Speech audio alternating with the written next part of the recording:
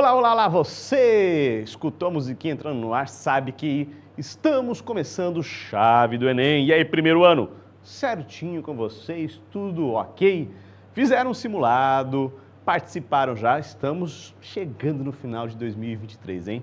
Reta final, vem conosco porque tem muita coisa ainda e a preparação não para nunca. Vamos então para a nossa noite de Ciências da Natureza, exatamente, né? Para quem gosta. Vamos começar essa noite com Biologia, depois nós vamos para Química e fechamos com Física. Você sabe que o Eclass te dá acesso a materiais curtos, hein? Lá no teu Eclass, no teu material didático da Casa Publicadora, tem videoaulas curtas sobre todos os conteúdos mais importantes da sua apostila. E aqui conosco você resolve o simulado que foi disponibilizado na semana anterior. Lembrando que hoje liberamos Ciências Humanas e semana que vem nos encontramos aqui com Ciências Humanas, ok? Sem mais demoras, então, tá preparado, pegou o simulado, sentou com a pipoca, com o seu suco, com a água. Tá preparado? Tá ligadinho? Porque a gente vai começar com Biologia. Falou em Biologia? É Professor Nelson na veia. Professor Nelson, vem pra cá, é com você e rodou a vinheta.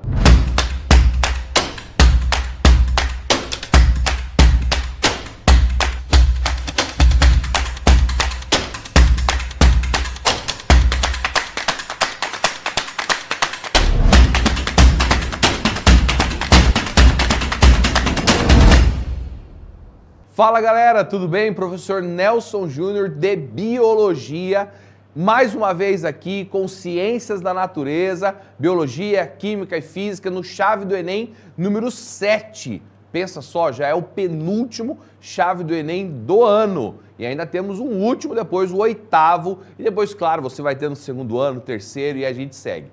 Você sabe, como sempre, você passou essa semana fazendo um simulado aí de Ciência da Natureza e hoje aqui vamos estar corrigindo isso daí, tirando todas as dúvidas de passo a passo de cada item, o que era para ter assinalado, o que errou. Espero que você tenha assinalado muita coisa aí, fique bem legal, saia daqui da aula bem felizão, tô manjando tudo do que eu tô pegando lá, beleza? Vamos então começar lá, primeiro ano. Hoje nós vamos estar falando sobre reprodução. Isso mesmo, reprodução. Aquele último capítulo ali da apostila de número 3, tá? Nas próximas daí a gente entra na apostila número 4. Então, apostila número 3, o último módulo ali que é sobre reprodução. E ali você tem reprodução sexuada, reprodução assexuada, desenvolvimento e os ciclos reprodutivos. Então a ideia desse simulado foi baseado em cima de reprodução, beleza?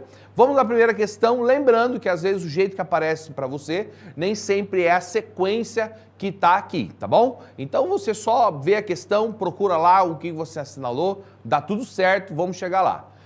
Primeira questão, tá aqui ó. Quanto à reprodução sexuada, assinale a afirmação verdadeira. Então vamos lembrar o seguinte.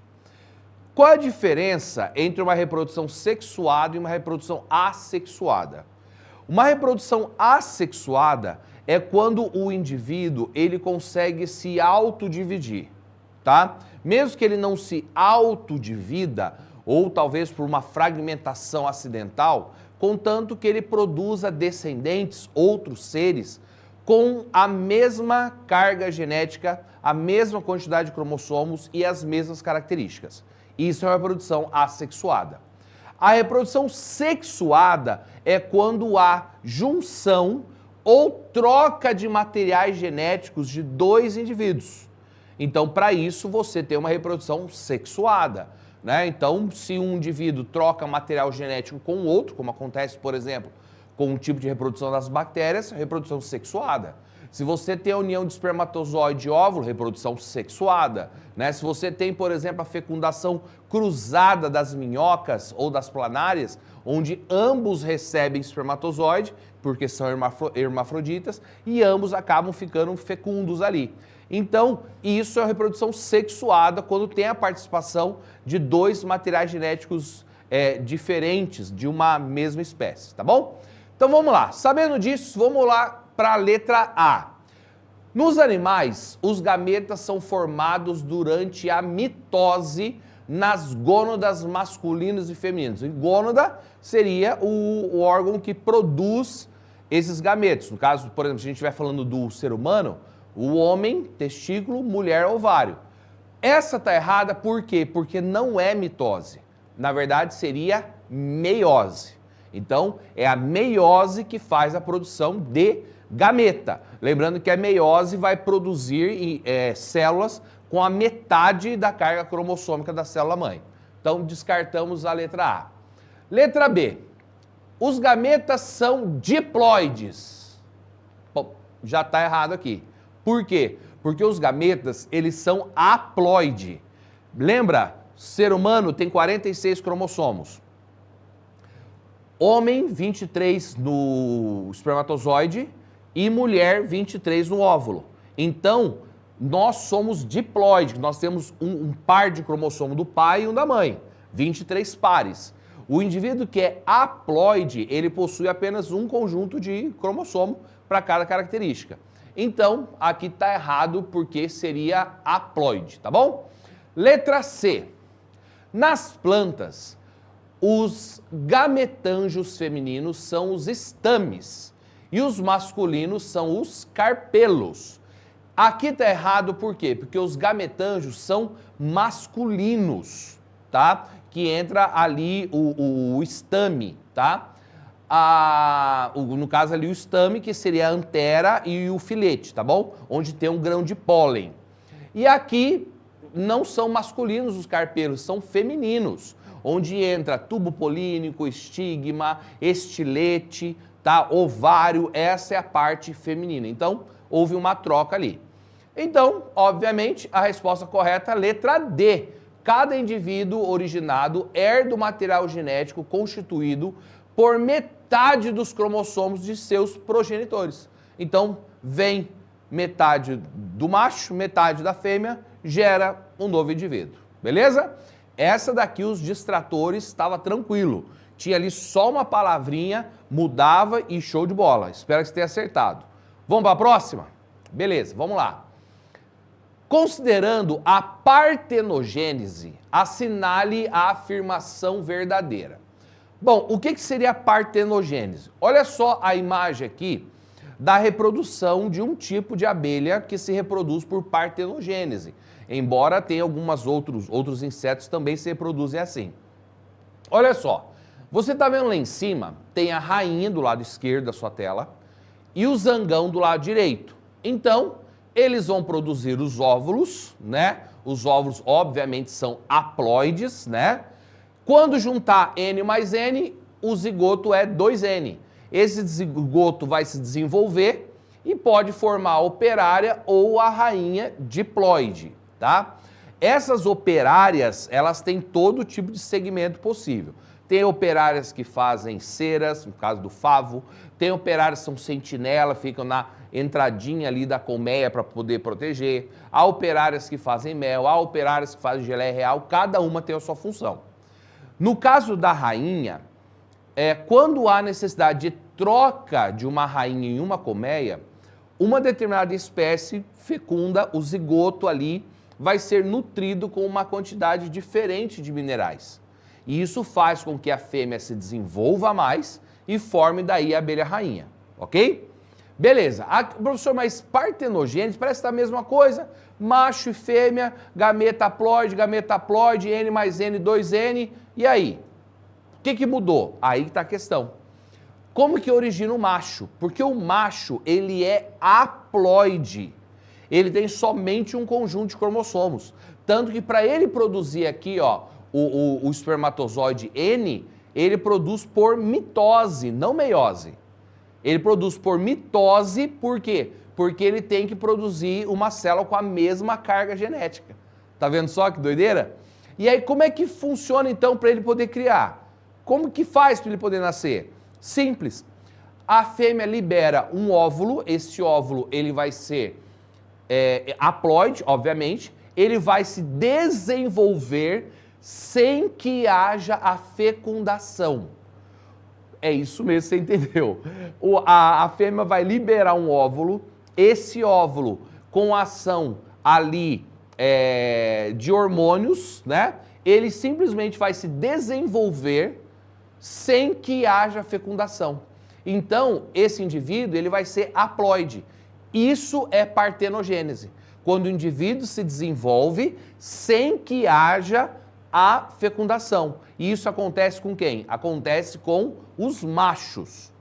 Deu para entender? Ó, tem um outro exemplo que eu posso colocar para vocês.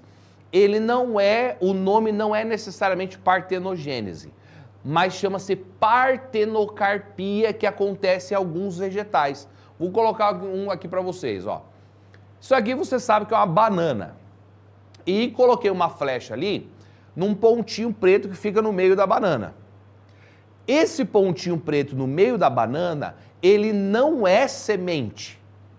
Eles são óvulos que não foram fecundados pelo grão de pólen.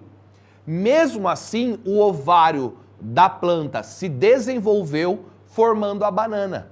Professor, mas como é que eu vou reproduzir essa banana? Você pode reproduzir por propagação vegetativa. Você pega a parte do caule, planta, vai gerar um novo pé, clone geneticamente idêntico. Professor, mas e se por um acaso eu conseguir, com o grão de pólen, fecundar a banana? Aí você vai ter isso aqui, ó. Isso daqui é uma banana onde o óvulo foi fecundado. E você vai encontrar isso mais rústico no meio da natureza. Então você percebe que ele quase não tem aquela parte carnosa, ele tem sim um ponto de doçura, a casca você vê que é igual, só que as sementes são bem grandes. Então, obviamente, para o comércio, para as pessoas se alimentar, muito melhor aquela que não se desenvolveu por fecundação, no caso da banana. Então vamos para a questão, ó. Letra A. É uma estratégia reprodutiva de algumas espécies de plantas e animais, no qual o gameta feminino desenvolve um indivíduo após ter sido fecundado. Acabamos de dizer que não é fecundado. Então, o gameta feminino ele não é fecundado. Então, sem fecundação, aí seria partenogênese. Então, a letra A está incorreta. Letra B. É um tipo de reprodução em que o gameta feminino dá origem a um novo indivíduo sem a participação do gameta masculino. Opa! Parece que essa daqui está tudo certo? Ou impressão minha? Vamos ver a C. A vantagem da partenogênese é a menor variabilidade. Gente, não é vantagem você ter uma espécie com baixa variabilidade. Porque se tiver algum tipo de infecção nesse indivíduo, todo mundo morre igual.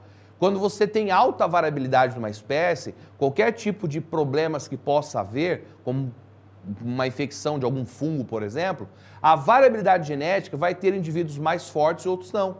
Então tende a perpetuar mais a espécie. Então tá incorreta. A letra D. Na partenogênese, o macho dá origem ao novo indivíduo sem a participação da fêmea. Não. Quem dá origem é a fêmea, né, sem a participação do macho. Então, obviamente, a que estava correta ali, letra B de bola, corretíssima. Espero que tenha acertado. Essa daqui, você viu que precisava de bastante informação para poder assinalar ela, mas questão de boa, bastante coisa nova, né? Espero que tenha acertado. Vamos para a nossa terceira, ok? Vamos lá. Na reprodução humana, ocorre o encontro de um espermatozoide com um óvulo, dando origem ao zigoto, que irá se desenvolver gerando uma criança. Dúvidas como a da imagem a seguir são muito comuns quando se fala desse assunto na sala de aula, em uma roda com os amigos ou em casa com a família.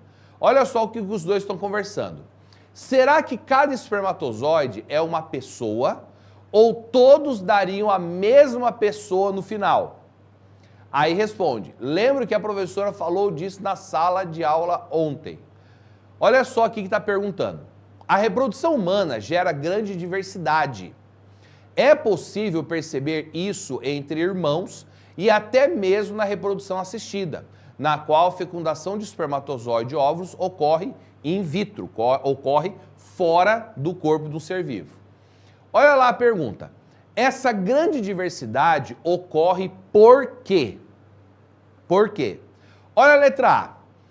Os gametas femininos e masculinos são formados por meio da segregação independente dos cromossomos homólogos durante a mitose. Os gametas são formados durante a meiose e não mitose. Isso é um tipo de coisa que nas provas sempre vão aparecer para ver se você está ligado à diferença entre mitose e meiose. Então, um gameta é produzido por meiose. Então, descartamos a letra A. Letra B. Os óvulos liberados são diferentes, pois a mulher libera na fecundação apenas um por mês, enquanto os espermatozoides são o mesmo em cada ejaculação.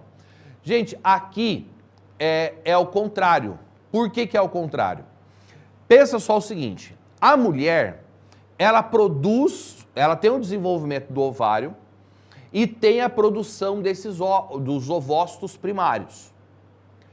Quando chega na época fértil, ela libera o ovócito secundário, que nós chamamos de óvulo, simplesmente.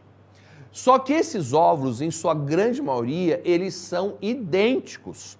Por quê? Porque eles já foram formados assim que a mulher terminou o seu desenvolvimento. E aí, esses óvulos vão sendo liberados. Então, a mulher tem ali, claro, tecido para produzir 400 mil óvulos. Só que ela produz por vida em torno de 400. A partir do momento que termina esses óvulos não são liberados mais, é quando muda a liberação hormonal na mulher e, consequentemente, a mulher entra na menopausa. E aí ela não consegue engravidar mais. Por quê? Porque não produz óvulo. Teoricamente, você já deve ter ouvido falar de alguém, talvez, que entrou na menopausa e depois ficou grávida. Então, por algum motivo, houve uma liberação outra de óvulo ali e acabou engravidando. Já os espermatozoides, eles são produzidos pelo homem constantemente. Como eles são produzidos constantemente, eles entram em meiose sempre. Então, sempre vai haver espermatozoides que são diferentes. Então, o espermatozoide que fecundou para ser você hoje, poderia ter sido um outro espermatozoide que talvez você teria o cabelo de uma cor diferente, ou o olho uma cor diferente, ou o restante tudo igual. Ou seria uma pessoa diferente, tá? Então, os óvulos tendem a ser ser idênticos. E na ejaculação, os espermatozoides são diferentes. Letra C. Os espermatozoides são diferentes dentro de uma mesma ejaculação, sendo os responsáveis pela diversidade humana, uma vez que a mulher libera o mesmo óvulo até que ocorra a fecundação. Então, acho que a gente já descobriu que essa está correta, foi o que eu acabei de explicar. Letra D, ó. Os óvulos e espermatozoides apresentam grande diversidade, pois durante o processo de divisão celular ocorrem diferentes eventos na meiose que levam à diversidade, como o crossing over. Bom, não acontece diferentes eventos, e o crossing over é um evento só, em si, que ocorre em apenas 20% das meioses que ocorrem. Então, isso vai ser mais verdadeiro no espermatozoide e não no óvulo. Então, a gente acaba descartando e a correta está a letra C. Beleza? Essa daqui deu uma suada, eu sei, mas é bom a gente pegar pesado de vez em quando, hein? Estudar mais. Vamos para... Aqui acho que é a penúltima, acho que é a 4 aqui. Beleza, vamos lá. São considerados mecanismos de reprodução ou replicação de bactérias, vírus e fungos, respectivamente.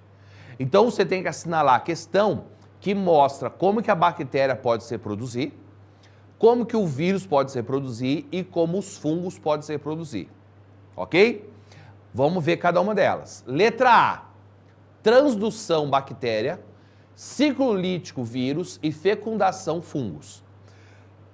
Deixa eu já falar já dar um spoiler para você. É o seguinte, ó.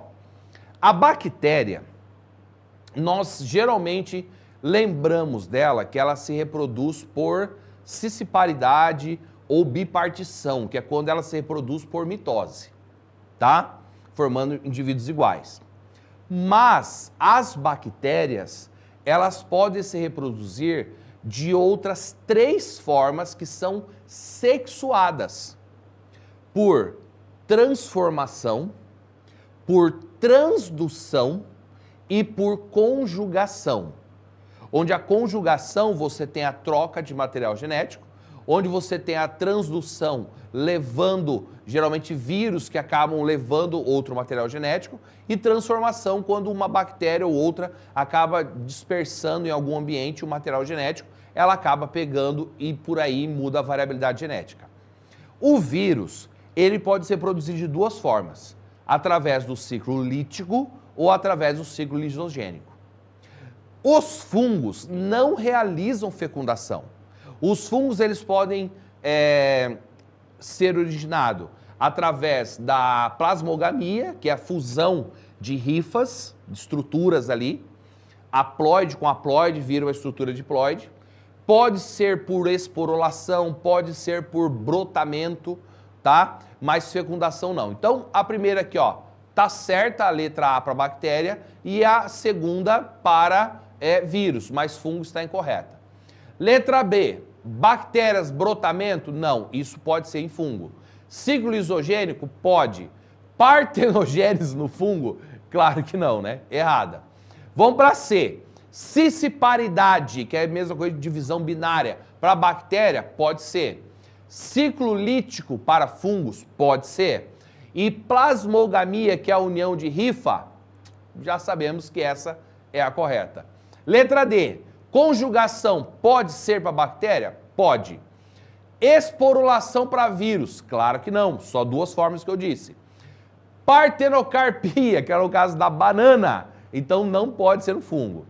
Letra E, bipartição? Pode. Fragmentação para vírus? Não. E autofecundação?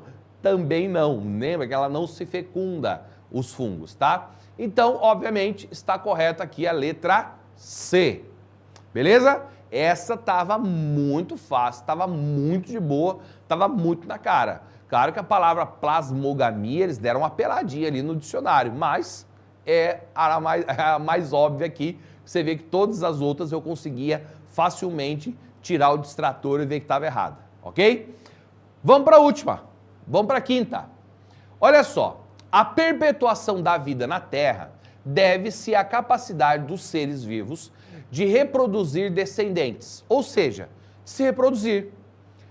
Entre os seres vivos existem vários tipos de reprodução. Observa a imagem abaixo, aí você está vendo uma estrela do mar, que ela foi cortada, ela foi fragmentada, e esses 2 fragmentos que foram separados foram regenerados ali por mitose e cresceram 2 indivíduos, obviamente geneticamente idênticos, né? Porque não teve fecundação, não teve nada. Com base na reprodução da estrela do mar, representada acima, porque ela pode ser reproduzida de outras formas, assinale a alternativa correta. Então vamos começar lá. Letra A. A reprodução é assexuada por brotação. Não, não é brotação. É o quê? É fragmentação. Então já descartamos essa daqui. Letra B. A reprodução é sexuada por divisão binária. Primeiro, divisão binária não é reprodução sexuada. É quando o indivíduo se autodivide. Nesse caso aqui, ele não se dividiu por vontade, e sim por fragmentação, tá? Então, tá aqui errado. E também são iguais quando se reproduzem por divisão binária. Letra C. A reprodução é assexuada, tá certo? Por fragmentação, tá certo? Originando descendentes geneticamente idênticos ao parental. Pronto, já está respondida a questão, é essa. Letra D. A reprodução é assexuada por cisciparidade. Bom, reprodução assexuada por cisciparidade é uma reprodução assexuada, ok. Mas nesse caso, ele não está se dividindo. Entenda que a reprodução por cisciparidade ou bipartição é o que acontece com a bactéria quando ela se reproduz assexuadamente. Ela realiza um autoestrangulamento. Lembra da fase da mitose? Prófase, metáfase, telófase, anáfase. Anáfase e telófase. Lembra que a telófase, uma célula só, ela se estrangula e forma 2. Então você vê na imagem que não é isso que está acontecendo, tá? Então aqui elas são diferentes aqui, no caso iguais, né? Seria por cisparidade. Então está errada a questão de qualquer forma. Letra E, por que está errada? A reprodução é sexuada por bipartição. Não, porque sexuada não seria fragmentação. E não é a reprodução sexuada, é uma reprodução assexuada. Então, sendo assim, a única correta aqui seria a letra C mesmo. Beleza? Essa última eu acho que foi bem de boa também, né? Era só você olhar na imagem e ver que foi um processo de fragmentação, ficaria de boa. Bom, espero ter ajudado vocês, espero que tenha compreendido bem, espero que você tenha acertado tudo e nos vemos no próximo Chave do Enem.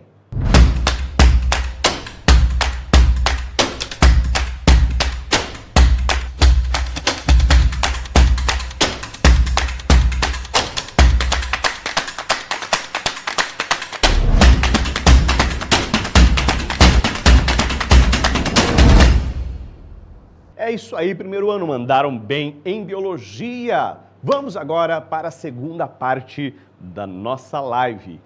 Tá preparado para química? Pega o teu simulado, dá aquela voltinha, levanta, faz o exercício, toma uma água e volta, porque depois da vinheta é química. E química é com a professora Dani. Professora, é com você. Rodou a vinheta.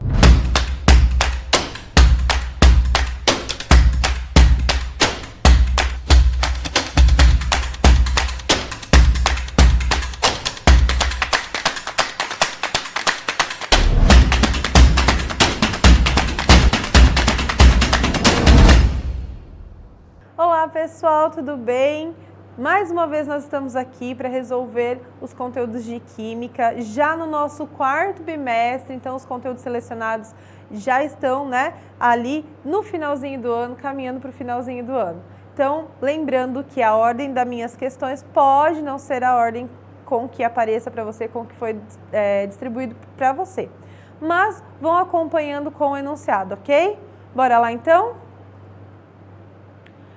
A primeira questão, então, né, primeira série, ok, o que nós vamos ver nas nossas questões de hoje, na nossa aula, já ia falar, olha só. Nós temos, né, nós vamos trabalhar as grandezas químicas e as representações dos compostos químicos. É a primeira parte ali das representações. Então, bem no início mesmo, para a gente tirar todas as dúvidas, caso tenha alguma. Bom, o exercício 1, ele fala assim: o garimpo ilegal, traz inúmeras consequências danosas ao meio ambiente, destruindo os cursos d'água, afetando a fauna local e impactando diretamente a vida da população que vive próximas às regiões exploradas. Então, um textinho bem introdutório, né? E ela fala assim que em uma operação deflagrada pela Polícia Federal em julho de 2022, para combater o garimpo ilegal, cerca de 39 quilos de ouro em barra foram apreendidos. Ok, então vamos lá para a nossa questão. Supondo que cada barra de ouro continha 1,573 quilogramas, podemos afirmar que o número de átomos de ouro presentes em cada barra é de aproximadamente. Então ele quer saber quantos átomos de ouro eu tenho na barra, em uma barra, que contém ali aproximadamente 1,576 quilogramas, tá? Então é uma relaçãozinha ali, né, de massa com quantidade de matéria, com quantidade de átomos, né? A gente vai usar ali a constante de Avogadro. Mas vamos lá, primeira coisa, as informações chaves para eu resolver essa questão. 1 mol de ouro. Se eu for na tabela periódica e olhar o elemento ouro, eu vou tirar a informação de que 1 mol, né, uma porção de ouro, tem massa 197 gramas. Se eu olho na tabela periódica, o número 197 ele está lá, que é a massa atômica, certo? E aí, nesse caso, a massa para um átomo. Só que para 1 mol, para uma porção que tem lá, né, 6 vezes 10 a 23 átomos de ouro, eu tenho essa massa já em gramas. Eu já faço essa relação de gramas para mol. E outra informação importante é que a barra de ouro, que ele quer que você calcule para uma barra, ela tem massa ali de 1,576 quilogramas, ok? Então, eu vou trabalhar com essas informações. Primeira coisa, gramas, quilograma. Então, eu preciso deixar todos na mesma unidade para facilitar o meu cálculo. Eu sei que em 1 quilograma eu tenho 1.000 gramas. Se eu estou trabalhando lá com, 1,576 quilogramas, quanto vai ser isso em gramas? Então, faço a nossa regrinha de 3, 1 vezes x, 1,576 vezes 1.000, 1.576 gramas. Então, converti, fiz a conversão de quilogramas para gramas, ok? Quem já sabe, faz direto, já multiplica lá por 1.000, tá tudo certo. Se não, faz a regrinha de 3 para você ter segurança, para não ter nenhum problema, nenhuma dúvida na hora da prova. Bom, agora eu vou usar a informação da minha porção do mol. 1 mol de ouro tem 197 gramas.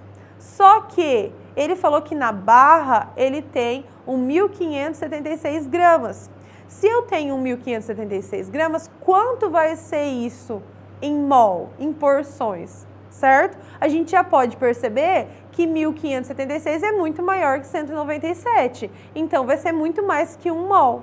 Aí eu vou fazer a famosa regrinha de 3. Vou multiplicar 197 por x e vou multiplicar 1 por 1.576. Vou isolar o x, então vou passar o que está multiplicando, dividindo. Fazendo essa divisão eu tenho... Opa, apareceu mais uma vez, está tudo certo. Fazendo essa divisão ali, eu sei que, na verdade, eu vou ter um total de 8 mols de ouro, certo? Aqui. Mas o que ele pede? Ele não quer saber exatos 8 mols, ele quer saber quantos átomos de ouro eu tenho, entendeu? Então, eu precisei achar a quantidade de porção para agora sim eu conseguir fazer a relação dessa porção com as unidades, com a quantidade de átomos que eu tenho nesse total. Eu sei que, usando a constante de Avogadro, 1 mol, uma porção de qualquer coisa, enfim, de qualquer entidade, nesse caso vai ser uma porção, 1 mol de átomos de ouro, tem 6 vezes 10 a 23 átomos de ouro. Só que naquela barra de ouro, eu tenho exatos 8 mols. Se eu tenho 8 mols, quantos átomos eu tenho? Ué, se 1 mol eu tenho 6 vezes 10 a 23, 8 mols eu vou ter 8 vezes mais. Eu posso fazer a proporção direto ou eu faço a regra de 3, não tem problema. Então vamos lá, 1 vezes x, x. 8 vezes 6, 4,8 vezes 10 dá 48, eu vou andar uma casinha ali, dá 4,8 vezes 10 dá 24 átomos de ouro. Pronto, eu achei a minha resposta. Então, são passos que eu tenho que dar para construir esse exercício, mas eu vou relevando, vou relacionando tudo que eu tenho, relembrando, retomando e relacionando. Então, a alternativa que contém a resposta correta é a letra C. Tudo bem, pessoal? Espero que não tenha nenhuma dúvida. Bem tranquilo, a gente começa bem devagar, só fazendo essas relações de mol com massa, com quantidade de matéria, para relacionar mesmo, para resgatar esses conceitos, ok? Próxima questão. Próxima questão, ela tem um texto base, tá? Então, ela fala assim, a conversão da sacarose, então a gente tem a sacarose como reagente pós-seta, Nós temos os produtos. A conversão da sacarose em glicose ocorre por meio da reação a seguir, que tem frutose como outro produto. Então, você tem um reagente formando 2 produtos, que é a glicose e a frutose. Tendo como referência a relação precedente, julgue o item a seguir. Então, ele quer saber, ele fala assim, a massa molecular da sacarose é igual à massa molecular da glicose somada à massa da frutose. Então, a massa molecular, certo? Massa molecular é quando eu somo as unidades, certo? E aí eu vou pegar ali quanto vale cada átomo, o peso de cada átomo, e vou organizar, eu vou somar aquilo, porque a molécula ela é formada da junção de todos aqueles elementos, de todos aqueles átomos, ok? Então eu tenho ali a fórmula molecular da sacarose. A parte mais difícil dessa questão era determinar essa fórmula. Então você pode pesquisar, né? Ou se você já aprendeu a fórmula bastão ali, onde está representando os carbonos, você já consegue ali determinar. Bom, eu tenho lá que a sacarose é composta de 12 átomos de carbono, 22 átomos de hidrogênio e 11 átomos de oxigênio, certo? E aí eu vou fazer. Ali eu coloquei a unidade de gramas por mol, porque eu já estava, né? Mas a gente está falando de massa molecular, então é U, ok? E aí a massa do hidrogênio vezes a quantidade de átomos vezes a sua massa, a quantidade de oxigênios vezes a sua massa. Como a molécula é formada de todos esses átomos, eu somo. E aí eu tenho 342U, né? A massa molecular. Depois eu vou fazer a mesma coisa, tanto para a frutose quanto para a glicose. Só que ó, a fórmula molecular delas é diferente. Tanto a frutose quanto a glicose vai mudar ali a estrutura dessas moléculas, mas elas contêm 6 átomos de carbono, 12 de hidrogênio e 6 de oxigênio, certo? Se eu faço a fórmula molecular, eu tenho o valor de 180. Se eu somar, já que são os dois produtos, ele falou assim, ó, a massa molecular da sacarose é igual à massa molecular da glicose somada à massa da frutose. Se eu somar 180 com 180, que vai ser a mesma massa, eu vou ter um total de 360U, né? Nesse caso, 360 não é igual a 342. Tinha outra forma de resolver também. É só eu olhar, olha, se eu tenho 12 carbonos, 22 hidrogênios e 11 oxigênios na sacarose, se eu somar a quantidade aqui, ó, 12 carbonos, 24 hidrogênios e 12 oxigênios. Então, a quantidade não bate, eles não têm a mesma quantidade de átomos. Então, nesse caso, né, não teria como ter a mesma massa. Por isso, como eu tenho essa diferença, a resposta, ela está, né, essa afirmativa que ela faz, está errada. Tudo bem, pessoal? Então, é bem tranquilo de resolver, né? As partes mais difíceis que eu julguei desse exercício é você chegar na fórmula molecular, mas também nada que uma pesquisa ali no livro, né, na internet, você não consiga essa fórmula. Depois é só praticar a massa molar, né? A massa molecular. Bom, vamos lá. Para a questão 3, também temos um texto base, que ele fala assim, a questão refere-se ao ácido ascórbico, a vitamina C, que tem massa molar 176 gramas por mol, ali, ó, tá vendo? Aqui é massa molar, lá a massa molecular ainda é expressa em U, unidade de massa atômica. Foi assim, a gente vai tanto no automático que é assim mesmo. Então, também se atentem a esses detalhes, tá? Então, nós temos ali o ácido ascórbico representado. Então, cada vértice, cada pontinho daquele ali escondidinho naquelas fórmulas é um carbono. Mas se eu ainda não vi isso, não sei, professora, então vamos lá, pesquisa na internet. Qual é a fórmula molecular da vitamina C, do ácido ascórbico, ok? Para responder essa questão, ele quer saber o quê? Ele te deu a fórmula, né, estrutural ali, e ele quer as porcentagens em massa do carbono e do hidrogênio no ácido ascórbico.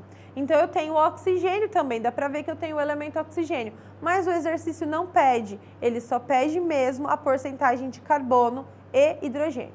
Como que eu vou resolver? Primeira coisa, ó, fórmula molecular da vitamina C. Então, eu tenho 6 carbonos, 8 hidrogênios e 6 oxigênios, formando a minha molécula. Eu vou fazer o quê? A massa molar. Então, eu tenho 6 carbonos. A massa de cada átomo de carbono é 12 gramas para cada mol. Então, um total de 72. Depois, eu tenho o hidrogênio. Ao todo, eu tenho 8 átomos de hidrogênio nessa molécula, vezes a massa do hidrogênio, né, a massa molar, 1. Então, 8 vezes 1. Depois, eu tenho ali 6 átomos de oxigênio, cada átomo com massa 16. Faço a multiplicação, tenho lá 72, 8 e 96. A vitamina C é a junção de todos esses elementos, de todos esses átomos. Então, eu somo tudo. E aí, eu vou ter que a massa, né, molar desse caso da vitamina C é 176 gramas para cada mol, certo? Então, para 1 mol, uma porção de vitamina C, eu tenho ali a massa de 176 gramas. Agora eu vou achar a porcentagem de carbono nessa molécula. Bom, 176 gramas é tudo. É o carbono, o oxigênio e o hidrogênio. É meu 100%, é meu total. Só que desses 176 gramas, né, dessas 176 gramas, 72 é proveniente do carbono, dos 6 átomos de carbono. Então, quanto vai ser isso em porcentagem? Por isso que eu coloquei, ó, 176 é 100%, 72 que é referente ao carbono é X%. E aí, bora resolver essa regrinha de 3, olha lá. 176 vezes X, 72 vezes 100. Vou isolar o X. Como que eu isolo o X? Passo 176 dividindo. Fazendo essa divisão, eu vou ter ali 40,9%, certo? Então, achei ali a porcentagem de carbono. Já vou lá nas minhas alternativas, vejo quais, né, estão próximas ali, já elimino algumas e fico com as demais. Por quê? Porque eu ainda tenho que calcular quem? A porcentagem do hidrogênio. Então, o que eu vou fazer? Mesma coisa. Ué, 176 gramas é tudo, é hidrogênio, oxigênio e carbono. Mas desses 176, dessas 176 gramas, 8 gramas é referente a quem? O hidrogênio. Então, quanto que isso vai me dar em porcentagem? Certo? E aí, novamente, a nossa regrinha de 3. 176 vezes X, 8 vezes 100. Isolo o X fazendo uma divisão e, no final, eu vou ter ali 4,6%. Achei a quantidade, achei a porcentagem de hidrogênio, achei a porcentagem de carbono. Vou lá na minha alternativa, a única que eu tenho ali que é 40,9 e 4,6 é a letra B. É bem tranquilo, tá? Essa parte da porcentagem. Às vezes, quando nós nos deparamos com esse tipo de exercício, dá, né, aquele friozinho na barriga. Mas é bem tranquilo, é só você pensar que se ele quer uma porcentagem, eu tenho um total. Eu quero um percentual, eu quero uma parte. Qual é a parte que corresponde? Como eu quero ao carbono, é a parte que corresponde do carbono. Como eu quero saber do hidrogênio, é a parte que corresponde ao hidrogênio. Se ele quisesse do oxigênio, também conseguiria calcular sem problema nenhum. Tudo bem? Então, bem tranquilo mesmo, tá? Próxima questão. Essa daqui, eu confesso para vocês que ela é um pouquinho difícil, porque ela exige um pouco mais da nossa interpretação. O conceito dela, a relação de mol, massa, né, é o mesmo. Só que eu preciso interpretar um pouquinho o que essa questão ela me dá, quais as informações que ela me fornece e essas informações também. Então, olha lá, ele fala assim, a ivermectina é um medicamento que pode ser usado no tratamento da filariose, ascariadíase, né? Entre outros.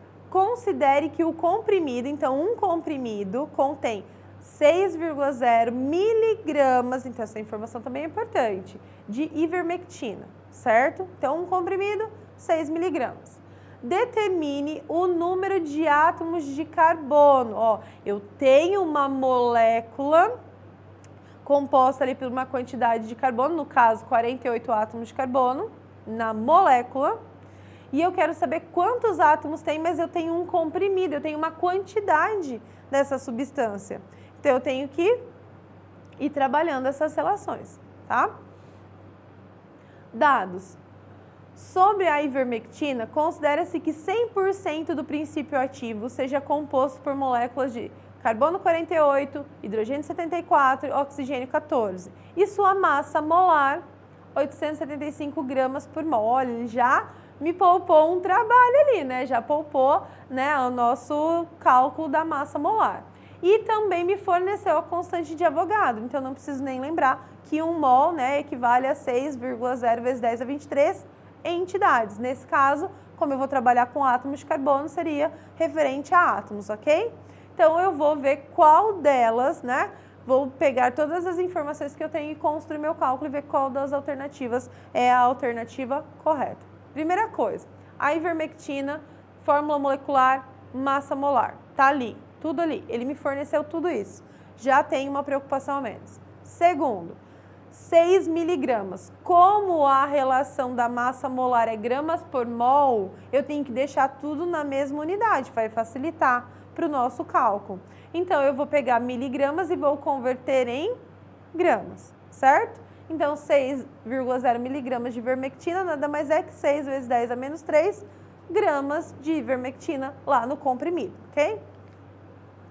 Agora é o X da questão. Olha, uma molécula que é composta de C48H74O14 de ivermectina contém 48 átomos de carbono, ok? Em uma molécula eu tenho 48 átomos de carbono. Mas e se eu tiver uma porção, um mol, uma porção de ivermectina? Uma porção de ivermectina tem 48 mols, ou seja, 48 porções de carbono. E um mol de ivermectina que contém 48 mols de carbono tem massa 875. Então, essa relação que é um pouquinho mais complicada às vezes da gente pensar. Às vezes não, às vezes você teve facilidade. Mas pode ser que foi nesse momento que você deu uma travada. Então, ó, uma molécula tem 48 átomos. Se eu pegar uma porção de moléculas, cada porção de moléculas vai ter uma porção de carbono. No caso, uma porção, 1 mol de ivermectina tem 48 mols de carbono. E um mol de ivermectina equivale a 875 gramas. Só que, olha só, 1 mol, não é 6 vezes 10 a 23 átomos? No caso, como eu estou falando de átomos de carbono? Então, 1 mol tem 6 vezes 10 a 23 átomos de carbono. Como na porção da ivermectina eu tenho 48 mols, eu tenho que fazer 48 vezes 6 vezes 10 a 23 átomos de carbono. E isso ainda continuo fazendo a relação, porque é 1 mol de ivermectina. Então, ainda continuo tendo 875 gramas. Só que o exercício, ele não quer saber para 875, porque se fosse assim, já teria matado a questão, já teria resolvido. Ele quer saber em um comprimido de 6 vezes 10 a menos 3 gramas. Então, na verdade, ele quer saber quantos átomos eu tenho naquele comprimido. E aí eu monto a minha regrinha de 3. Essa é a minha regrinha de 3. O maior detalhe está ali, ó, no 48 mols e multiplicar aquele 48 pela constante de Avogadro, já que você tem 48 vezes aquela porção mol, ok? E aí é só fazer a nossa regrinha de 3. 875 vezes x. Aí eu tenho ali um cálculozinho que vai exigir um pouco, né? Que é 48 vezes 6 vezes 10 a 23 vezes 6 vezes 10 a menos 3, né? Então eu tenho ali uma notação científica, trabalhar com a base 10 e vou chegar ali em 1,73 vezes 10 a 23. Eu preciso isolar o meu x, porque é ele que eu quero descobrir. Quantos átomos de carbono eu tenho em 0,6, né? Perdão, em 0,6, em 6 miligramas, perdão. Então, eu isolo o x, está aqui. 1,73 dividido por 875, e aí eu tenho, ó, que na verdade x é igual a 1,97 vezes 10 a 20 átomos de carbono, tá? Então, eu tenho ali uma quantidade de massa um pouco menor, então, consequentemente, ia ter, né, menos átomos de carbono, porque a porção é extremamente pequena, mas eu cheguei no resultado. E, olhando a nossa questão, a alternativa correta é a alternativa A. Agora, para finalizarmos a nossa aula de hoje, conteúdo bem tranquilo, tá? Então, nós temos mais uma questãozinha, que é sobre o metal tungstênio. Essa questão, ela vai envolver volume molar, ela te dá uma condição ambiente de temperatura e pressão, então ela te dá uma relação de volume molar, certo? Mas ela também resgata um pouquinho do balanceamento, né? Que é igualar as quantidades. Tudo que eu tenho antes da reação, eu tenho que ter depois da reação. Então a gente vai envolver esses dois conceitos para resolver essa última questão. Então, ela fala assim, ó, o metal tungstênio é produzido a partir do óxido de tungstênio, ok? 6. Pela reação, em alta temperatura desse óxido com hidrogênio gasoso. O outro produto dessa reação é a água no estado gasoso. Sabendo-se que o volume molar do gás nas condições ambiente, temperatura e pressão, então ele chamou de, falou ali, CATP, é igual a 25 litros por mol. Quer dizer que 1 mol, de qualquer gás, nessas condições que ele colocou ali, ocupa o volume de 25 litros, certo? Então, para cada mol de tungstênio que se forma nessa reação, o volume de hidrogênio que reage, ele quer saber qual é o volume de hidrogênio que reagiu, medido na CATP, é próximo de. E aí nós temos as alternativas. Então, vamos lá.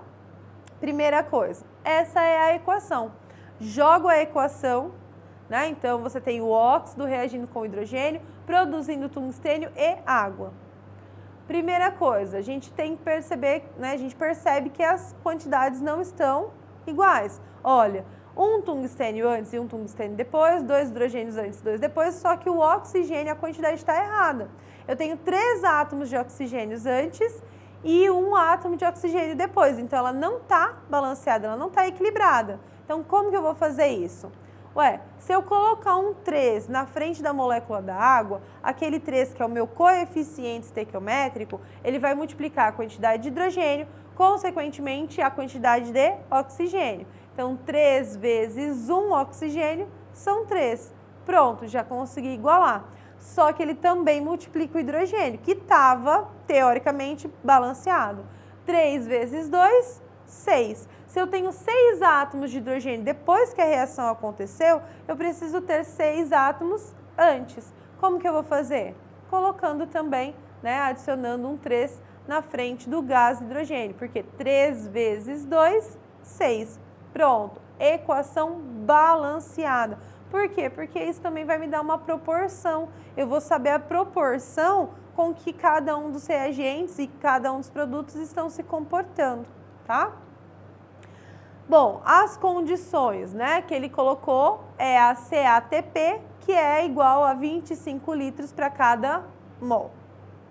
Então, 1 mol na CATP, de qualquer substância, ocupa 25 litros. Então, eu gosto sempre de abrir, de colocar ali certinho, como se fosse uma regrinha de 3, para eu enxergar, para eu conseguir visualizar melhor. Olha, se 1 mol, a quantidade em litros, ou se 1 mol equivale a essa quantidade em gramas. Eu gosto de fazer isso, eu acho que facilita nesse começo de conteúdo, ok? Bom, a relação, depois que eu fiz o balanceamento, a relação é 3 mols do gás hidrogênio formou 1 mol de tungstênio. Então, a proporção é 3 para 1, certo? 1 mol na CPTP é 25 litros, mas 3 mols seria 3 vezes 25 litros. Lembrando que ele quer saber a quantidade de hidrogênio que reagiu. Se ele reagiu 3 mols, aí eu substituo mol por litro, pela quantidade em litros. Se 1 mol é 25, se eu estou reagindo ali 3 mols, então é 3 vezes 25. Então, para 1 mol de tungstênio formado, eu precisei de 75 litros de hidrogênio, certo? Bem tranquilinho, não preciso nem resolver uma regra de 3, só fazer uma multiplicaçãozinha ali de 25 por 3, ok? E aí nós chegamos na nossa alternativa correta, que é a letra E. Para a gente finalizar, parece que tem uma pergunta, uma dúvida, e aí a produção vai colocar para nós essa dúvida. Oi gente, eu sou a Lívia do primeiro ano e a pergunta de hoje é: qual a diferença de massa atômica para massa molar? O nosso conceito hoje envolve muito as grandezas químicas e traz essa relação de massa atômica e massa molar. A massa atômica é a massa do átomo, Ela foi determinada por uma média relativa ali envolvendo os átomos e seus isótopos. A unidade que a gente usa para expressar a massa atômica é U. Então, quando eu tenho lá, estou falando de um único átomo de oxigênio, então a massa dele é 16U, que se eu for converter isso em gramas, é 10 a menos 27 quilogramas, então é uma massa extremamente pequena. Já a massa molar é quando eu trago isso para mais perto, ou seja, quando eu trabalho com porções. quando eu faço a relação com mol. E aí eu tenho uma porção mol que vai ter lá os seus 6 vezes 10 a 23 entidades de átomos, moléculas, íons, enfim, do que eu quiser trabalhar, né? O pessoal da apostila viu que tem estrelas, células, né? Então eu posso trabalhar com um mol e fazer relação com qualquer coisa. Mas essa porção acaba me dando uma massa em gramas, né? Enquanto eu trabalho para um único átomo, uma única molécula, né? Quando eu falo da massa molar, da massa molecular, da massa molar, eu estou trabalhando ali com gramas para mol, eu estou trabalhando com a porção. Lívia, eu espero ter tirado sua dúvida. Pessoal, espero que vocês também não tenham ficado com nenhuma dúvida. Caso, né, ainda tenha alguma dúvida, mande para nós, que daí na próxima aula a gente responde. E até a próxima. Tchau, tchau!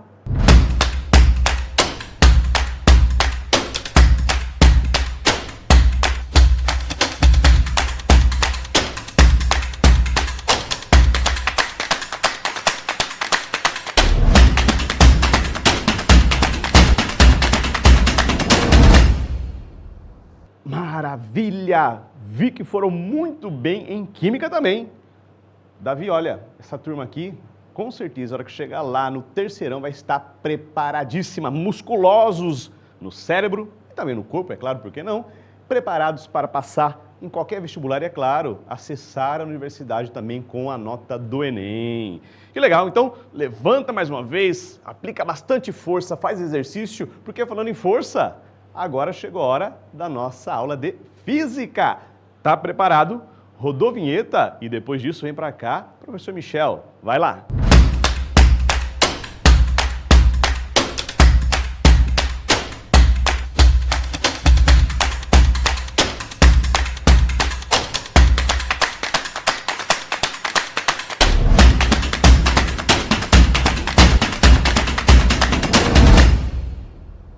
Olá, que bom que estamos juntos aqui novamente, mais uma vez, para a gente estudar um pouquinho de física.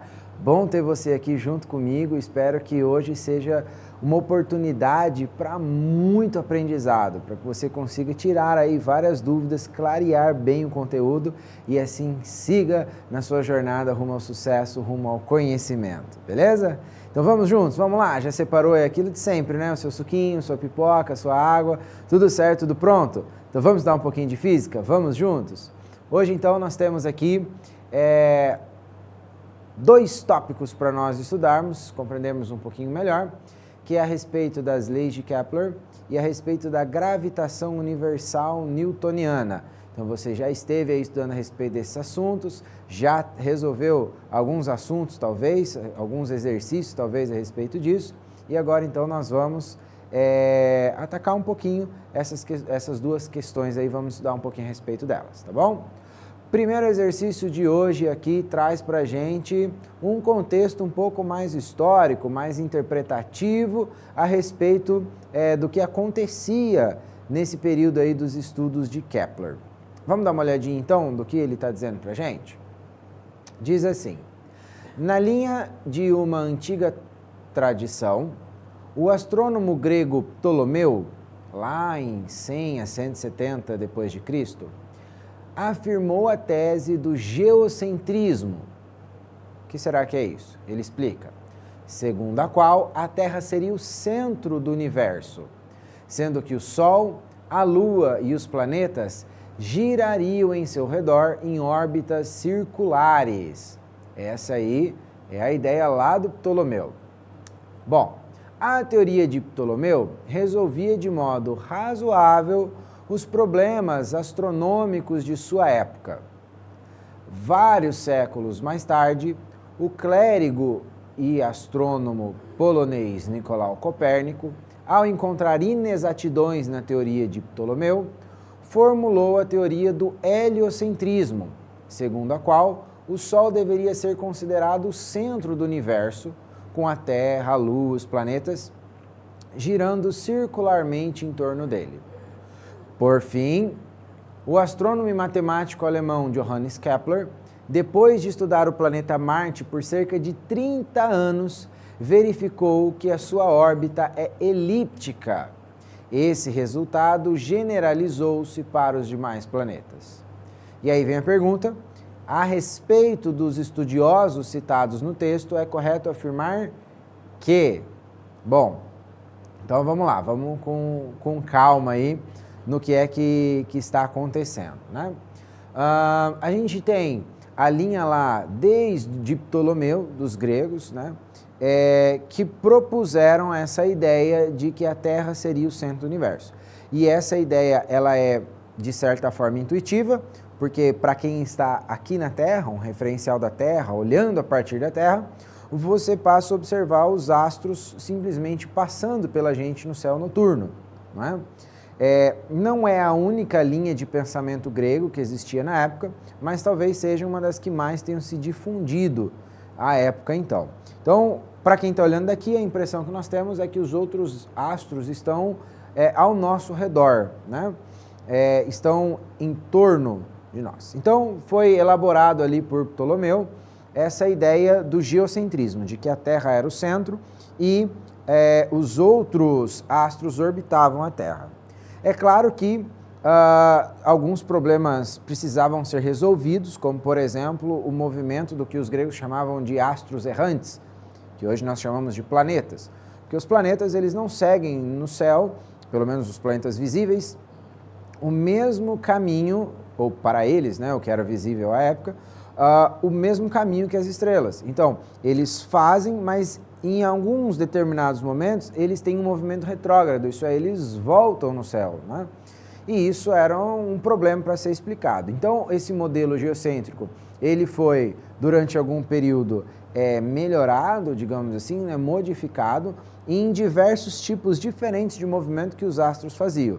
Então, você tinha lá os epiciclos, você tinha os deferentes, que eram movimentos que os astros faziam em torno da Terra e em torno das próprias, digamos, órbitas que eles faziam. Nessa época ainda não tínhamos essa ideia de órbita, né? Mas tínhamos essa ideia, então, de deferentes, que eram essas grandes circunferências que eles faziam em volta da Terra.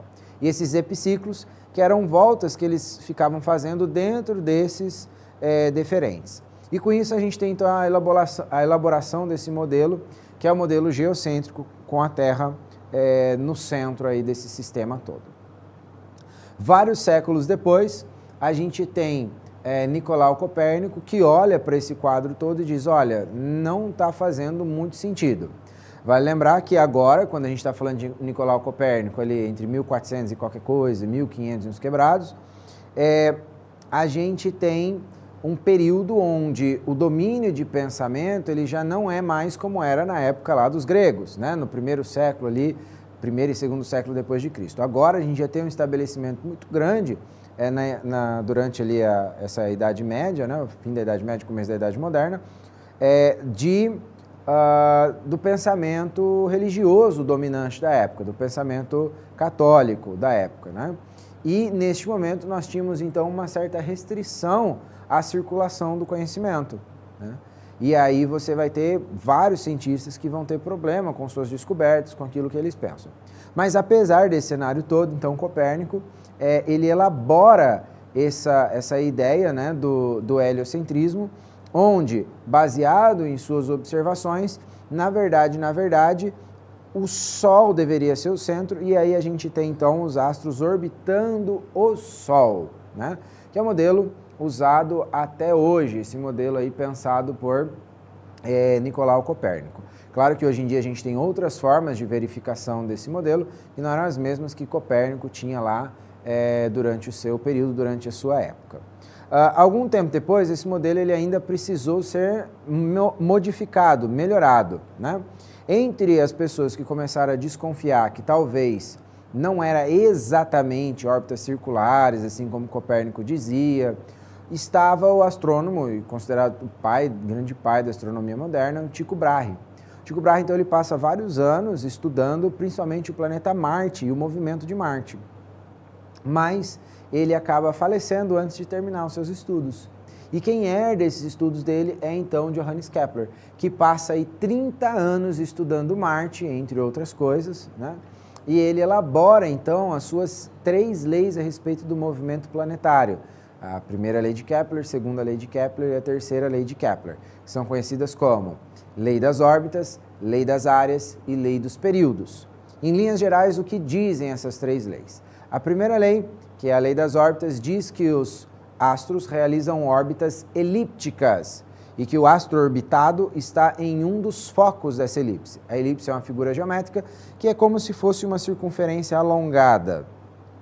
Então, no caso, por exemplo, dos planetas, que era aquilo que Kepler estudava, então, ele dizia que os planetas orbitam o Sol em órbitas elípticas e que o Sol ocupa um dos focos dessa elipse. Em linhas gerais, essa é a ideia da primeira lei, a lei das órbitas. A segunda lei, que é a lei das áreas, diz para a gente que em tempos iguais, o raio vetor que liga o foco até o planeta varre áreas iguais. O que isso quer dizer para a gente? Bom, ela tem algumas implicações. Quer dizer o seguinte, se você desenhar uma elipse e tentar desenhar essa situação de que o planeta, o raio que liga o planeta ao Sol, está varrendo áreas iguais em tempos iguais, você vai perceber que nas regiões onde o planeta está mais próximo do Sol, chamadas de periélio, esse planeta ele precisa andar uma quantidade maior na linha da elipse, enquanto que nas regiões mais distantes do Sol, a região mais distante é conhecida como afélio, ele precisa andar uma região menor para que as duas áreas sejam equivalentes. Ou seja, isso nos indica que quando o astro está próximo ao periélio, mais próximo do Sol, ele se desloca com uma velocidade maior. Quando ele está no afélio, mais longe do Sol, ele se desloca com uma velocidade menor. Então a segunda lei de Kepler, ela traz para a gente essa ideia de que, na verdade, os astros eles não estão orbitando com uma velocidade constante, mas que eles praticam movimento acelerado e retardado dependendo do local da órbita onde ele está, da região da órbita onde ele está, sendo que ele tem uma maior velocidade no periélio e uma menor velocidade no afélio. E a terceira e última lei, que é a lei dos períodos, ela tem uma relação matemática que indica para a gente o tempo que demora para que um planeta dê uma volta em torno do Sol, em função da distância que ele está do Sol. De maneira simplificada, podemos dizer que Kepler demonstrou matematicamente que quanto mais longe um planeta está do Sol, mais tempo ele demora para dar uma volta completa em torno do Sol. Muito bem. Então, Kepler finalizou esse capítulo aí da história elaborando essas 3 leis a respeito e generalizando, né, essas leis a respeito do movimento planetário. Porque percebeu-se que aquilo que funcionava para Marte, que Kepler tinha estudado, na verdade também funcionava para todos os outros planetas. Então a gente conseguiu generalizar essas leis de Kepler. E, no fundo, não só para os sistemas planetários, mas para outros sistemas de órbitas também. Bom, a respeito desses 3 estudiosos, então, citados no texto, Ptolomeu, Copérnico e Kepler, o que a gente pode dizer? Então, ali a letra A diz assim, Ptolomeu apresentou as ideias mais valiosas por serem mais antigas e tradicionais. Bom, então quer dizer que porque uma ideia é mais antiga e tradicional, ela tem um maior valor? Não, não é essa a ideia aqui, não é? Na verdade, a ideia é que o conhecimento é sempre progressivo, então as ideias mais recentes, elas têm a tendência de ter para a atualidade uma relevância bastante grande. Isso não quer dizer que as ideias antigas não sirvam, não é essa a ideia. É conforme o conhecimento progride, esses conhecimentos eles podem ir ganhando relevância prática para o momento da nossa vida. Então não é porque a ideia de Ptolomeu é mais antiga que ela é mais valiosa, mais importante do que as outras. Letra B. Copérnico desenvolveu a teoria do heliocentrismo inspirado no contexto político do Rei Sol. Não, essa não era a intenção de Copérnico. Copérnico não estava ali envolvido em ideias da política, nem de adoração ao Rei Sol ou qualquer outra coisa do tipo, tá? Não era a ideia de Copérnico, a ideia dele era simplesmente de conhecimento e de elaboração do sistema ali heliocêntrico. Copérnico viveu em uma época em que a pesquisa científica era livre e amplamente incentivada pelas autoridades? Não, na realidade, o período ali de vida de Copérnico é o período que a gente tem acontecimentos da Inquisição, do índice de livros proibidos, né, de controle do conhecimento das universidades. Você não podia dizer fora daquilo que era defendido pelas instituições de poder da época. Então, Copérnico não viveu em uma época de liberdade de pensamento como nós temos hoje em dia, ou pelo menos aparentamos ter. A letra D diz assim, Kepler estudou o planeta Marte para atender às necessidades de expansão econômica e científica da Alemanha. Não, essa não era a ideia de Kepler ali naquele momento, né? Ele estava estudando como objeto de pesquisa do conhecimento dele, ele não tinha aplicações econômicas diretas à época, tá? Nem para um país e nem para outro específico, ok? E por último, Kepler apresentou uma teoria científica que, graças aos métodos aplicados, pôde ser testada e generalizada. Então ele apresentou a teoria dele, até ali no final do texto diz que esse resultado generalizou-se para os demais planetas, ou seja, ela demonstrou-se verdadeira e pôde ser generalizada depois de testada para outros planetas, para outras órbitas. Então, a alternativa correta nossa, letra E. Olha só que legal, né? Uma questão teórica, bastante leve, bastante tranquila, mas que envolve vários conceitos, aí mesclando história, ciência, né? Sociedade, de certa forma, construção de como esse conhecimento chegou até a gente hoje em dia. Questão muito legal, muito bacana. Escuta, já tirou a sua foto, já fez a postagem lá no Instagram, já marcou aí o Chave do Enem? Se não fez, aproveita, faz agora. Tira aí uma foto do local que você está estudando, marca a gente, interage lá, vai ser muito legal conversar com você por lá. Beleza? Então vamos seguir. Para o nosso próximo aqui, nós temos uma outra questão curiosa, interessante, sobre um objeto astronômico que muita gente tem curiosidade, muita gente fala sobre, parece bastante misterioso e de fato em alguns aspectos é bastante misterioso, mas que essa questão traz de uma maneira muito legal, muito curiosa. Olha só, um buraco negro é um corpo celeste que possui uma grande quantidade de matéria concentrada em uma pequena região do espaço, de modo que sua força gravitacional é tão grande que qualquer partícula fica aprisionada em sua superfície, inclusive a luz. O raio dessa região caracteriza uma superfície limite, chamada de horizonte de eventos, da qual nada consegue escapar.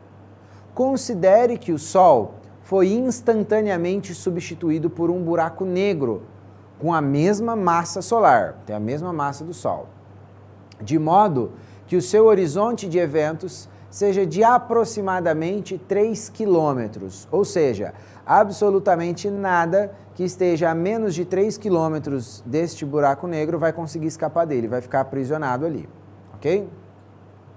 Aí vem a pergunta. Após a substituição descrita, o que aconteceria aos planetas do Sistema Solar? Bom, aí é uma pergunta curiosa, né? Muitos já se desesperam e falam assim, nossa, os planetas vão ser engolidos pelo buraco negro, etc. Bom, vamos dar uma olhadinha? Vamos ver o que as alternativas nos dizem. Letra A diz assim, eles se moveriam em órbitas espirais, aproximando-se sucessivamente do buraco negro. Curioso, né? Então, o buraco negro substitui ali, os planetas vão sendo sugados por ele, vão espiralando até caírem no buraco negro. B. Eles oscilariam aleatoriamente em torno de suas órbitas elípticas originais. Quer dizer, então ele está fazendo uma órbita elíptica, ele vai começar a ir e voltar aleatoriamente, oscilar nessas órbitas. Essa aqui já parece um pouco mais estranha, né? Já não faz mais tanto sentido quanto possa parecer. Letra C. Eles se moveriam em direção ao centro do buraco negro. Então, substitui o buraco negro, ele suga tudo, pum, sugou todos os planetas ali em direção ao centro dele. Talvez, pode ser, vamos ver. Letra D. Eles passariam a precessionar mais rapidamente. Então, você tem ali uma aceleração. Talvez, será? Não sei. E eles manteriam suas órbitas inalteradas. Será que não ia acontecer nada com esses planetas? Bom, então, a ideia aqui é a ideia de gravitação. Um tempo após ali os estudos de Kepler, a gente tem Newton, Isaac Newton, e uma das coisas que Newton se dedicou a estudar foi a interação gravitacional entre os corpos. E ele percebeu, ele descobriu que para que dois corpos interajam gravitacionalmente, basicamente você precisa de 3 fatores. 3 coisas interagem ali. Primeiro, uma constante matemática da natureza que ele encontrou que media essa atuação entre os dois corpos que ele chamou de constante gravitacional. Então, toda interação gravitacional, para Newton, dependeria dessa tal constante gravitacional, que é um número fixo. Então, se é o Sol ou se é o buraco negro, não importa, porque é constante gravitacional, então é um valor constante. Beleza. Outras duas coisas dependeriam. A primeira delas, a massa dos agentes envolvidos. Então, dependeria, por exemplo, entre a Terra e o Sol, depende da massa do Sol e da massa da Terra.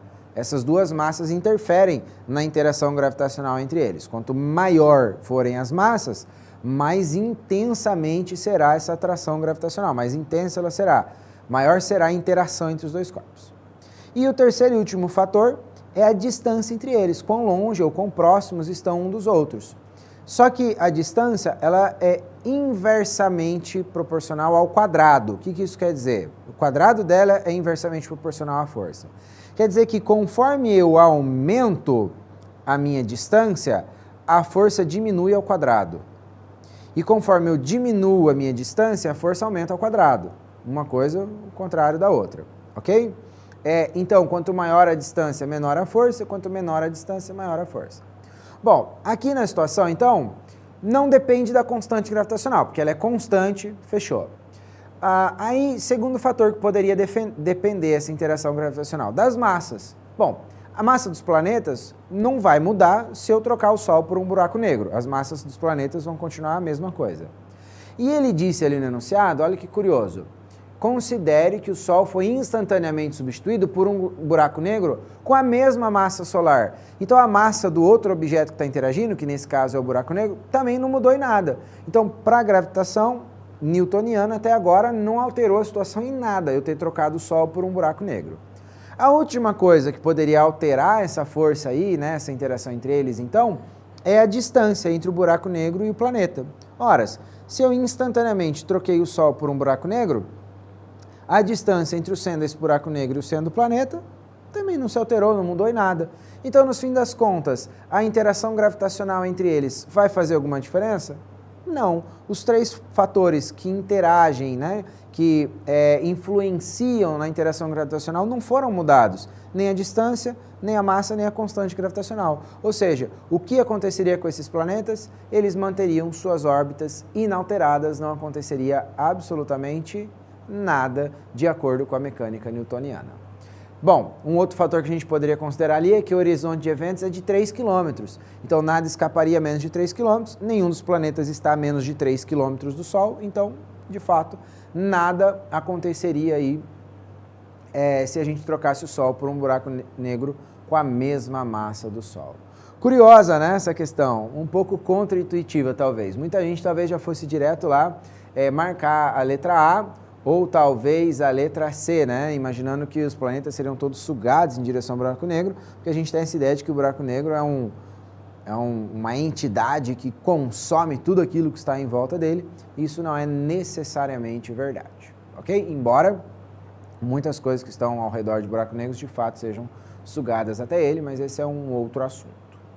Beleza? Tranquilo? Questãozinha boa, né? Curiosíssima. Vamos lá, vamos calcular um pouquinho agora então, né? Chega de conversa teórica, vamos fazer aqui agora um exercício com cálculo. Vamos ver aí a respeito desse exoplaneta e dessa estrela diferentona que está aí na imagem pra gente. Vamos ver o que nos diz o exercício? A imagem mostra o exoplaneta 2M1207b em órbita ao redor de sua estrela 2M1207, na constelação de Centauro, distante 40 unidades astronômicas um do outro. Esse UA, galera, unidade astronômica, é uma unidade de medida que ela é usada em astronomia, que ela equivale à distância da Terra ao Sol, ok? A distância média aí da Terra ao Sol é chamada de unidade astronômica. Esse é o primeiro exoplaneta. Exoplanetas são planetas fora do Sistema Solar, tá bom? Então esse é o primeiro exoplaneta do qual se obteve uma imagem direta. Em comparação com objetos do Sistema Solar, sabe-se que esse exoplaneta tem uma massa correspondente a 5 vezes a massa do planeta Júpiter. Então ele é mais maçudo do que o Júpiter, ok? Ele tem 5 vezes a massa de Júpiter. E que sua estrela tem massa igual a 0,025 vezes a massa do Sol. Ou seja, a estrela que esse planeta aí está orbitando, ela é menor do que o Sol, ela é bem menorzinha do que o Sol. Olha lá, 0,025 vezes a massa do Sol.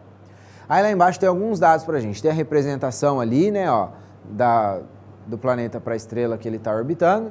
Aí tem lá, considere os seguintes dados. que a massa do Sol seja de 2 vezes 10 a 30 quilogramas, que a massa de Júpiter seja de 2 vezes 10 a 27 quilogramas e que uma unidade astronômica seja de 1,5 vezes 10 a 11 metros.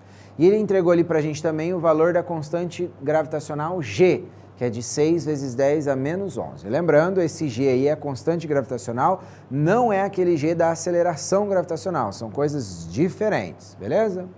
Aí vem então a pergunta, qual é a intensidade da força de atração gravitacional entre o exoplaneta e sua estrela? Quanto vale aí aproximadamente essa interação? Então, para isso, nós vamos usar aqui a definição de Newton para a força gravitacional. Ele disse para a gente que a força gravitacional, então, ela depende da constante gravitacional, vezes a massa do primeiro corpo que está interagindo, vezes a massa do segundo corpo que está interagindo, dividido pelo quadrado da distância que separa esses corpos. E aí a gente vai substituir isso, então. Bom, vamos lá. G, o exercício já disse para a gente que é 6 vezes 10 a menos 11. Agora, a massa da estrela, ele não entregou para a gente, ele não disse exatamente qual é a massa da estrela. Mas ele disse a massa do Sol, que é 2 vezes 10 a 30, e disse que a massa da estrela é 0,025 vezes a massa do Sol. Então ali no meio ali eu coloquei isso, 0,025 vezes 2 vezes 10 a 30, que é a massa do Sol. Depois vezes a massa do planeta, que ele também não deu, ele só disse que é 5 vezes a massa de Júpiter. Então coloquei ali 5 vezes 2 vezes 10 a 27, que é a massa de Júpiter. Então 5 vezes a massa de Júpiter. Dividido pela distância ao quadrado. A distância ele também não entregou para a gente em unidades de metro, né? Ele disse para a gente que eram 40 unidades astronômicas, mas ele falou que cada unidade astronômica é 1,5 vezes 10 a 11. Então coloquei ali 40 vezes 1,5 vezes 10 a 11, elevado ao quadrado, porque a distância está ao quadrado. E aí a gente tem várias formas de ir operando esse negócio aqui agora, né? Vamos fazendo passo a passo, começando pelas multiplicações mais simples ali.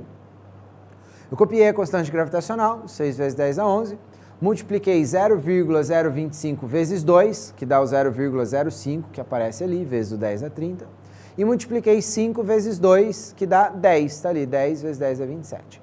E multipliquei 40 vezes 1,5, que dá 60. Então, fiz as multiplicações dos números naturais ou decimais que estavam ali ao lado um do outro.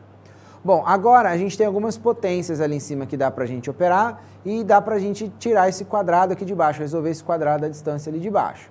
Então, olha lá, copiei de novo a constante gravitacional, 6 vezes 10 a menos 11, e aí as potências aqui, ó, a gente operou todas elas, ó.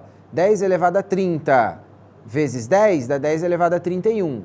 Vezes 10 a 27, é só você conservar a base, porque todas as bases são 10, e somar todos os expoentes. Então, 30 mais 1 mais 27, que a gente chega ali no 10 elevado a 58. Aí, 60 elevado ao quadrado é a mesma coisa que 60 vezes 60, está ali o 3.600. E 10 elevado a 11 elevado ao quadrado, né, elevado a 2, é uma potência de potência. Então, você mantém a base e multiplica os expoentes. 11 vezes 2, 22, apareceu o expoentezinho aqui embaixo.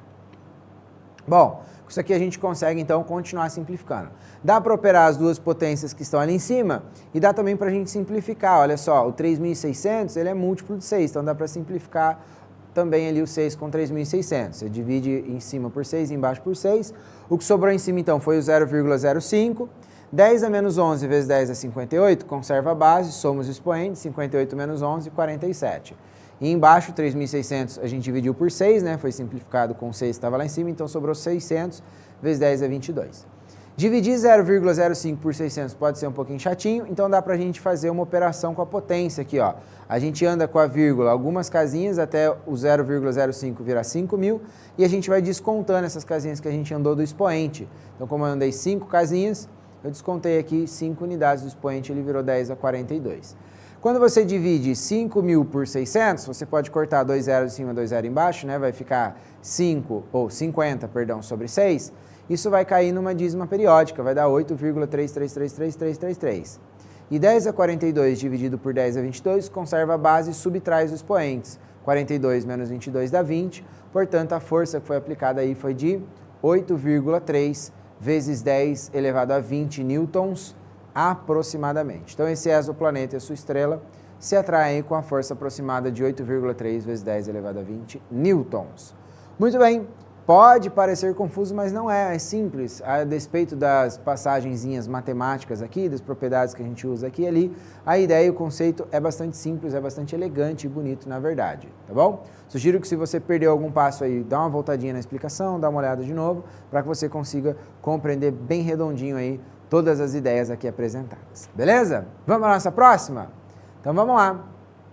A nossa próxima já começa a trazer um outro conceito, olha só que legal que ele traz para a gente. Diz assim, um satélite geoestacionário corresponde àquele que fica permanentemente sobre uma dada região do planeta Terra e por isso é muito utilizado para suprir serviços específicos para aquela região, como por exemplo, monitoramento e comunicações. Então, a gente tem um satélite que ele vai girando junto com o planeta. Enquanto o planeta está dando uma volta em torno do próprio eixo, esse satélite ele também vai girando junto, de maneira que ele sempre está olhando para a mesma face da Terra. A respeito, então, desses satélites geoestacionários, é correto afirmar que velocidade nula em relação a um observador em repouso em relação ao Sol. Então, um satélite geoestacionário, ele possui uma velocidade nula se alguém estiver observando ele do Sol em relação ao Sol? Não, né, galera? Tá tudo girando em torno do Sol. Mesmo que a pessoa esteja olhando lá do Sol, ele vai ver lá o planeta, o satélite orbitando junto com o planeta o Sol. Então, isso aí não serve pra gente. Letra B, órbitas que ficam permanentemente sobre a região polar da Terra? Não. Órbitas que passam pelos polos da Terra são chamadas órbitas polares, não órbitas geoestacionárias. Letra C, órbitas cujo período é equivalente ao período de rotação da Terra. Ó, isso aqui é interessante. O que é período? O período é o tempo que esse satélite demora para dar uma volta completa.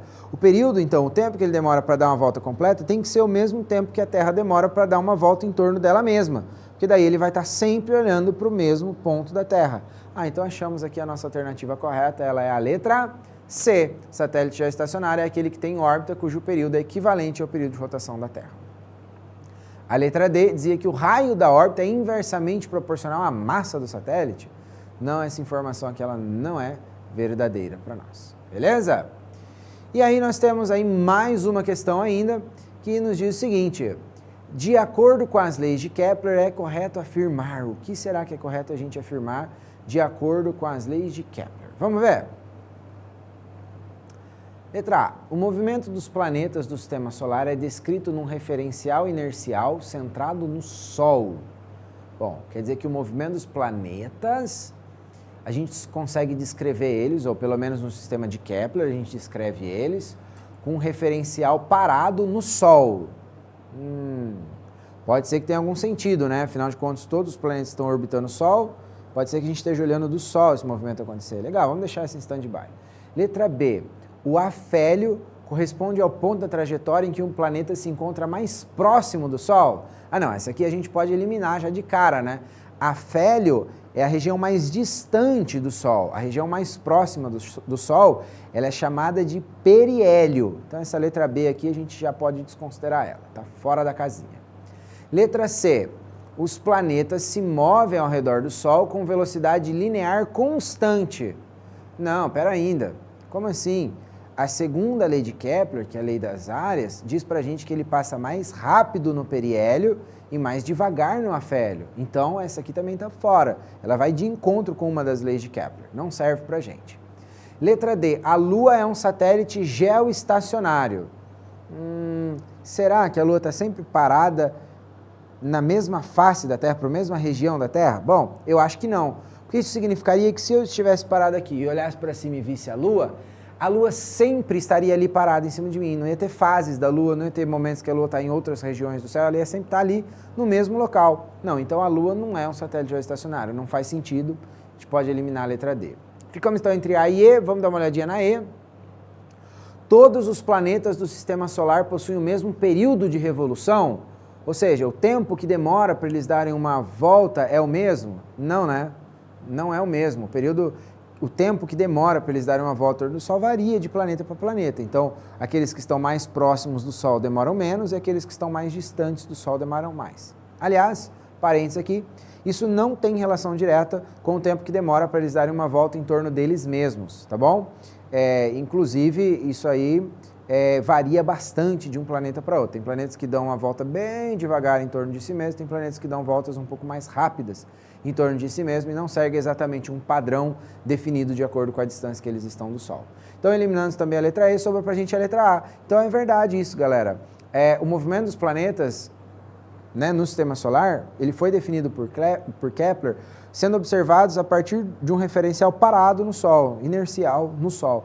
Essa foi o referencial usado para a elaboração aí das leis de Kepler.